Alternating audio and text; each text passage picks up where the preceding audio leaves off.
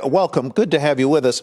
Let's sliver this out. I want to focus on car loans, and we're talking here about subprime car loan buyers. That's people with below sort of qualifying credit, high interest rate loans, and so forth. What percentage of the auto loan market do you know is made up of these subprime buyers?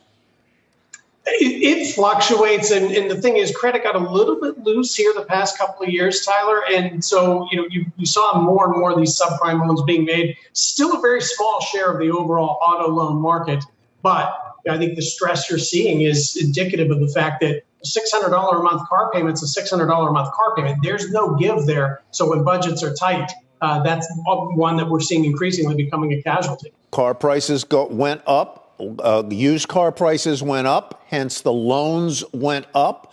As we look back and we remember the subprime mortgage market and the cracks in the mortgage securitization market, it did not take high default rates there to cause a systemic crack in the banking business. Is there that possibility here in the auto loan market? And a danger that there are going to be auto lendees, people who have auto loans, who are going to find themselves underwater? Well, on the latter part, the being underwater, borrowers, that yes, I think that's a likelihood given those inflated prices that we had seen, and the fact that a lot of borrowers, they may roll over negative equity or they don't have much in the way of a down payment. And so as the vehicle depreciates, those values may have been inflated, but that doesn't change the rate at which they depreciate. So, yes, I do think we will see. In other words, if they were to sell that car tomorrow, they would not be able to pay off the balance on their loan. I think for a lot of borrowers, that's exactly right, particularly if they bought within the last year or two when those values had been pushed up and, were arguably inflated. You heard the stories about, people could sell their used car for more than they paid for it. Well, somebody buying it, and I think those are most at risk. So who's going to be left holding the bag on people who can't pay their car loans? Who are the owners of those securitized products? Is it Wall Street? Yeah, Kelly, the first thing is, the auto loan market is much, much, much smaller than what we see in the mortgage market, and the securitization in the auto loan market, much, much smaller than what we see in the mortgage market. So I don't want to draw corollaries there. But subprime is the first place where credit loosens and last place where credit loosens and expansion, but it's the first place credit tightens when the economy starts to slow and you start to see, these increasing delinquencies. And I think a lot of those investors that might otherwise be buying those asset-backed securities, they're going to start to command higher yields. And then before you know it, you have tighter credit. Do you know, generally speaking, who those investors are? Are they, hedge funds, real money? Are they banks? Are they auto companies, other kinds of financial institutions? It's a little bit of all of the above, but mostly the asset-backed securities, really being bought by a lot of hedge funds, for example, that were pursuing the higher rates of return. You don't see banks dumping into that much. Guys, did you know the auto industry is literally collapsing? I'm not kidding. I mean, a $1.4 trillion auto industry bubble is literally about to burst. Guys, stay tuned.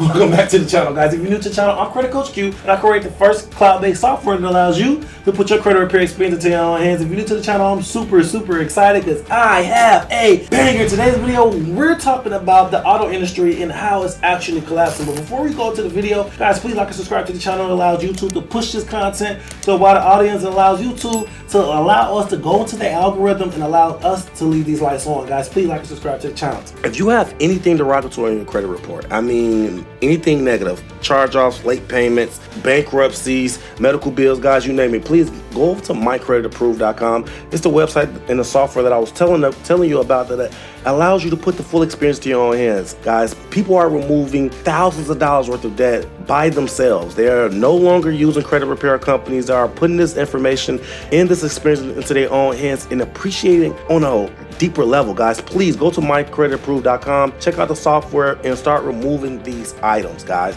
if you have anything derogatory on your credit report. Now, let's dive straight into the meat and potatoes of this video. Now, I want to dive straight into this video because I think that this is very interesting. I'm seeing a lot of finance gurus, finance YouTube educators actually talk about how the decline in the auto industry is literally going to affect the total economic market. And I just wonder who talked about this before any of those. I just wonder.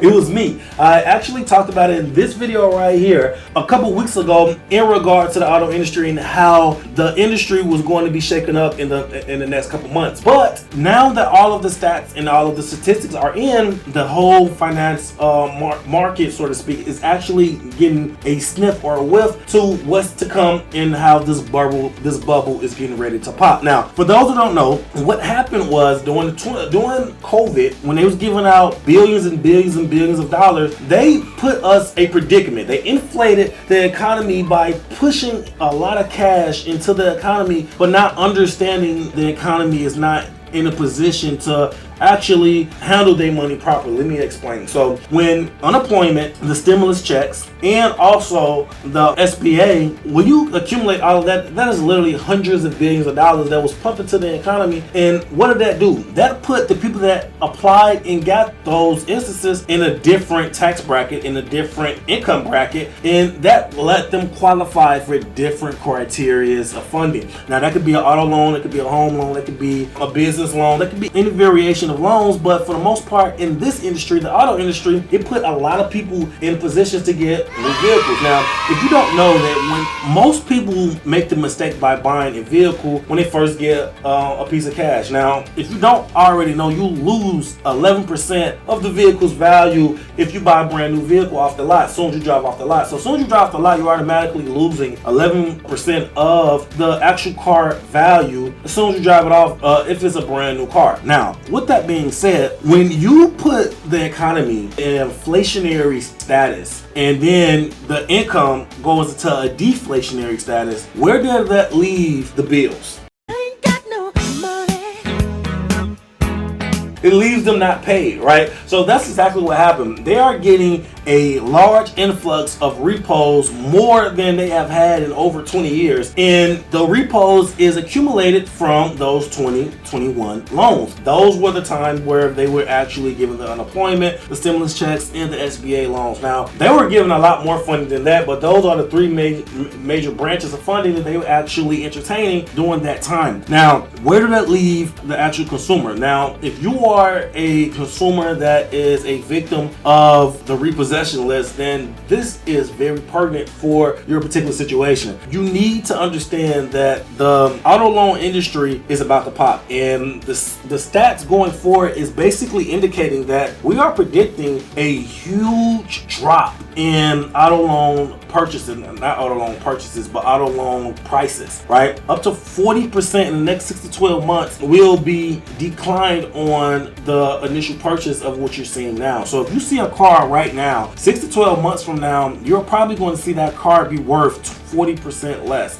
And that's going to be the result of this bubble bursting. Now, I don't know if you know, but it's not a lot of assets that you can put your money into and actually get a good ROI this year. Stocks is messed up. Crypto is messed up. Everything is super in the toilet. But out of all of those classes, one of the best classes that you could have put your money in is used car sales. Used car sales has spiked more than gold, more than stocks, more than crypto, more than all of those asset classes combined. That's because if you had a vehicle in your driveway, you're probably having the best asset-based commodity in your driveway, which is a used car sale. Now, with that being said, a lot of the used car sales has been occurred because they have a shortage in the parts. A lot of the parts that we have already seen or already need for our cars is not easily available as they once were. So what did they do? They put a lot of cars in the positions where they were unrepairable, and a lot of other people was just chalking it up and getting new vehicles. But as you've seen, that happened to lumber as well. And as you know, now the lumber price has already went back to the normacy of what we're what we kind of used to. And I'm expecting the same thing to happen to the used auto sales or the car sales, period, because I honestly think that what's going to happen is that the loan criteria for